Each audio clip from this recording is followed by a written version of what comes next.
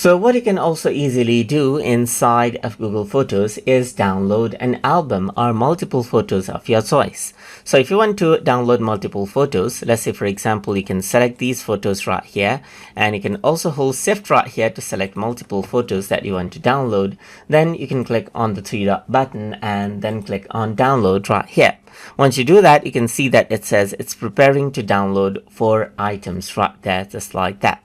And then what happens is that they will be downloaded. So you can see that it downloads it out as a zip file, and if you were to save it, then what happens is that it downloads it out as a zip file right here. So this is what you have, as you can see. So you got the photos right here, and it's being downloaded out right here as a zip file. So if I were to actually go ahead and click right here, then what happens is that I got those photos right here in the zip, and you can simply access it right here just like this.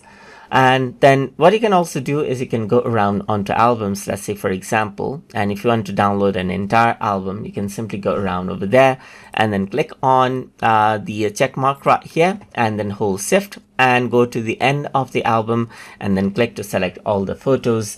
Then what you can do is you can simply download, and what happens is that all of the photos will be downloaded right there just like that as well. So that is how you can download entire albums and multiple photos by using Google Photos as you like.